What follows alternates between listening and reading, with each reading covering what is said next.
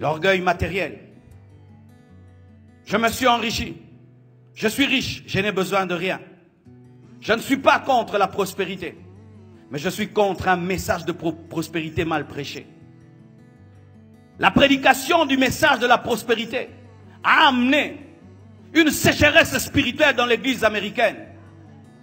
Au point où aujourd'hui, c'est difficile même de prendre certains d'entre eux, leur dire, viens prêcher en Afrique, il va te coûter 100 000 $. Alors que lui s'est converti gratuitement.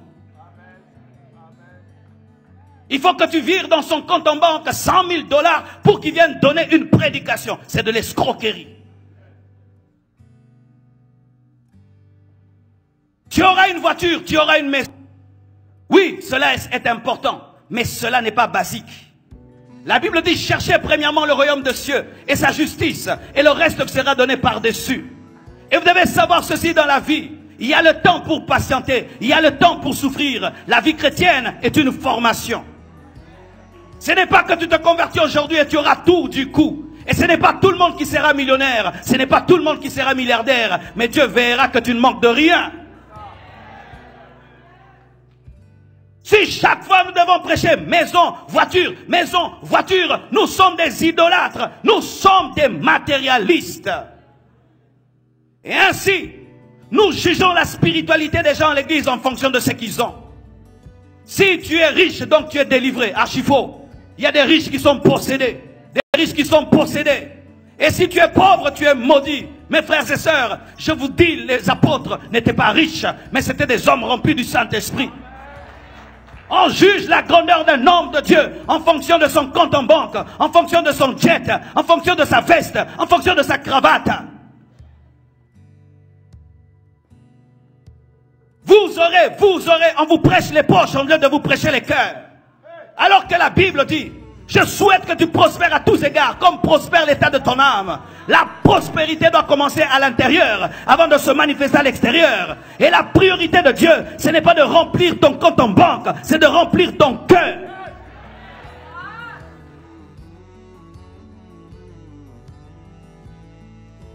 Les chairs sont en diamant, les chairs sont en or. La moquette a coûté 100 000 $. Tout ça c'est bien, mais ce n'est pas ça l'essentiel, car aucun temple ne sera enlevé. Nous devons plus bâtir vos vies que bâtir des temples. Les temples sont importants pour nous protéger du froid, nous protéger de la pluie, mais ce n'est pas ça qui sera enlevé. Ce sont des hommes et des femmes remplis de l'esprit, convertis, changés, qui seront enlevés. Le message de la prospérité, mal prêché, prêché comme étant la chose prioritaire, a enlevé la soif de Dieu. Et ainsi un nouveau converti, il vient à peine de se convertir. Au lieu que vous lui donnez la soif de la parole, de la prière, tu commences à dire, tu dois avoir l'argent, tu dois avoir l'argent, tu dois te marier, tu dois voyager dans le monde entier, tu dois. Du coup, au lieu d'avoir la soif du lait, il a la soif du whisky.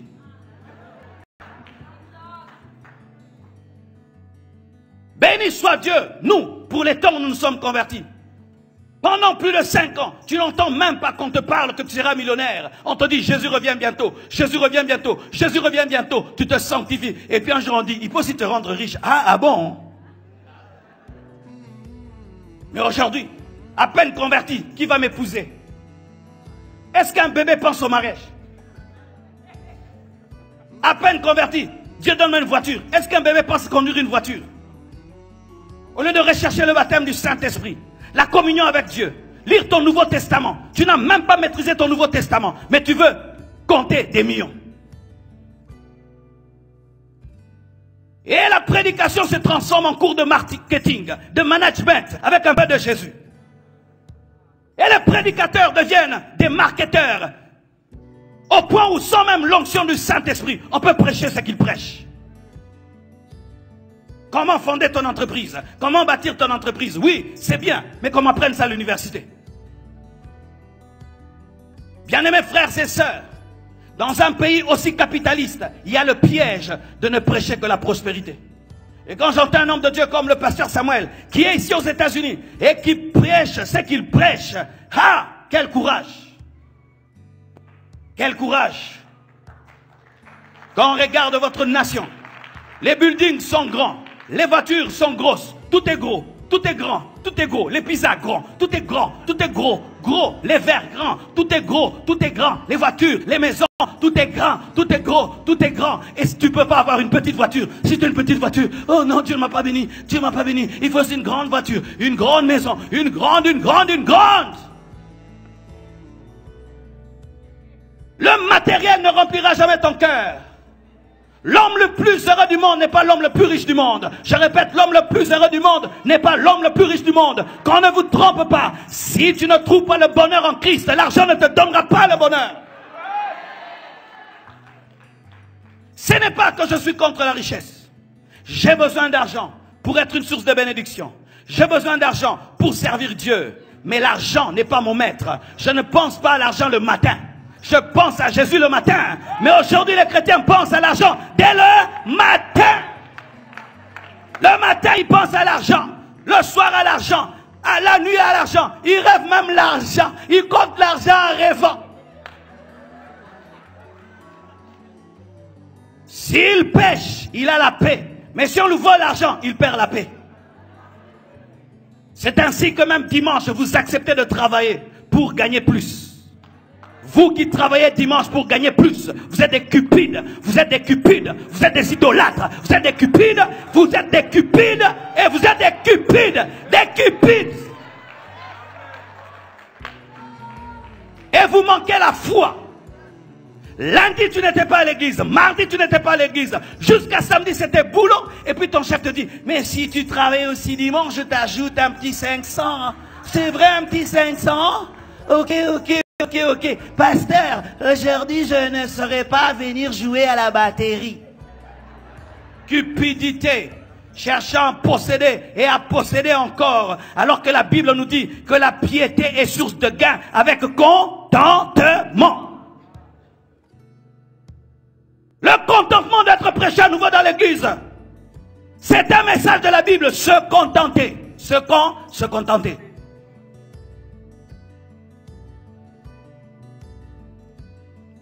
Tu viens à l'église et tu regardes combien j'aurai, combien je posséderai. Si tu es dans une église qui a des fausses doctrines, mais tant que tu te retrouves financièrement, tu y restes. Tant que tu as l'argent, tu y restes. Tant que tu as des relations qui te donnent l'argent, tu y restes. La cupidité. C'est ce qui fait qu'aujourd'hui, les jeunes prédicateurs pensent au ministère en termes d'argent, en termes de prospérité, en termes de veste, en termes de cravate. J'aimerais devenir pasteur. Pourquoi? Ça permet de bien s'habiller. Ça permet d'avoir des belles maisons. Ça permet d'avoir ceci, d'avoir cela. Frères et sœurs, si tu sers Dieu pour la veste, deviens seulement un sapeur.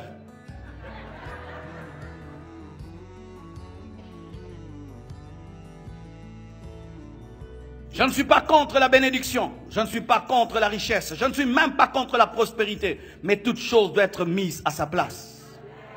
Quand ce que Dieu donne est mis avant Dieu, c'est une idole. Car lorsque tu aimes Isaac, plus que le Dieu d'Isaac, tu tombes dans l'idolâtrie. Lorsque nous prêchons les maisons, plus que l'enlèvement, c'est de l'idolâtrie. Lorsque nous prêchons les choses de ce monde, plus que le ciel, c'est de l'idolâtrie. Et c'est un évangile renversé. Et regardez ce que ça a engendré. Quel genre de chrétiens ça a engendré? Des chrétiens superficiels. Ils sont beaux, mais ils sont impurs. Ils sentent bon, mais ils sont impurs. Ils sentent le Gucci, mais ils sentent l'impudicité. Ils sont habillés à la mode, mais ils n'ont pas de révélation. Ils gardent des belles voitures dehors, c'est tout, mais ils n'ont rien dans le cœur. Non que je fais l'apologie de la pauvreté et qu'il faut être pauvre. Non, tu dois nourrir ta maison, tu dois payer les factures, mais tu dois d'abord chercher Dieu, d'abord, et le reste te sera donné par-dessus. Cherche Dieu d'abord. Travaille, mais que l'argent ne devienne pas ton Dieu, ne devienne pas ton maître, mais soit ton serviteur. Et tu es capable de t'enrichir, afin que tu deviennes une source de bénédiction pour plusieurs.